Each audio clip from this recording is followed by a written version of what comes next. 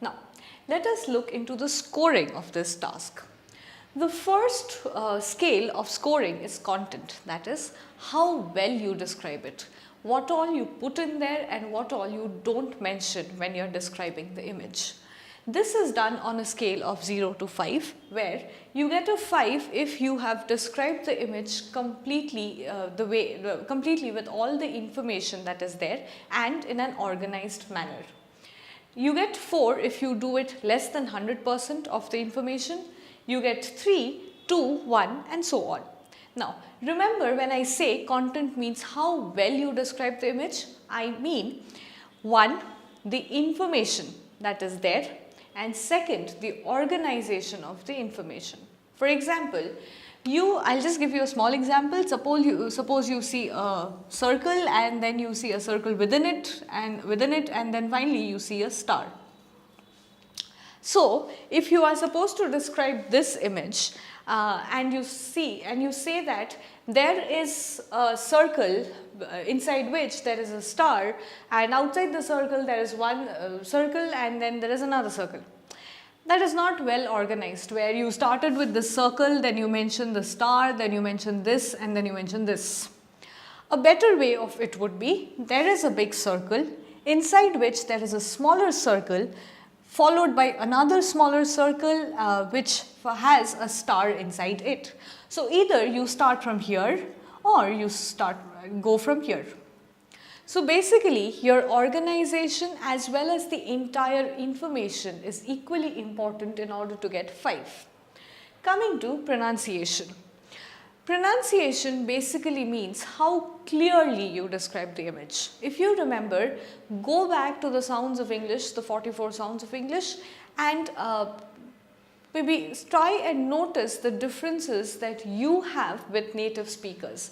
I'm not trying to tell you that you have to bring in that accent of native speakers, but whatever you are pronouncing, you're uttering, make sure that your pronunciation is to the T. So how clearly you describe the entire image. And the third is oral fluency. Now, when we are talking of oral fluency, it is very important that you are talking in a flow. How smooth is your description? Okay. There you should remember this, that when you are talking, make sure that you have no hesitations in between. For example, except the, there. Okay. No hesitations. Do not make, suppose you are uttering a sentence and you realize that you have made a mistake in between, do not go back and start the sentence again. Just let it flow, because it doesn't matter. It has already gone wrong. So why waste time? So make sure that you do not go back and start the sentence again. If you've made a mistake, you've made a mistake. When you are talking, when you are describing, make sure that you are punctuating. Commas and full stops were invented in written English because they had a meaning in spoken English. So make sure that you are punctuating well. Do not just talk in a monotone.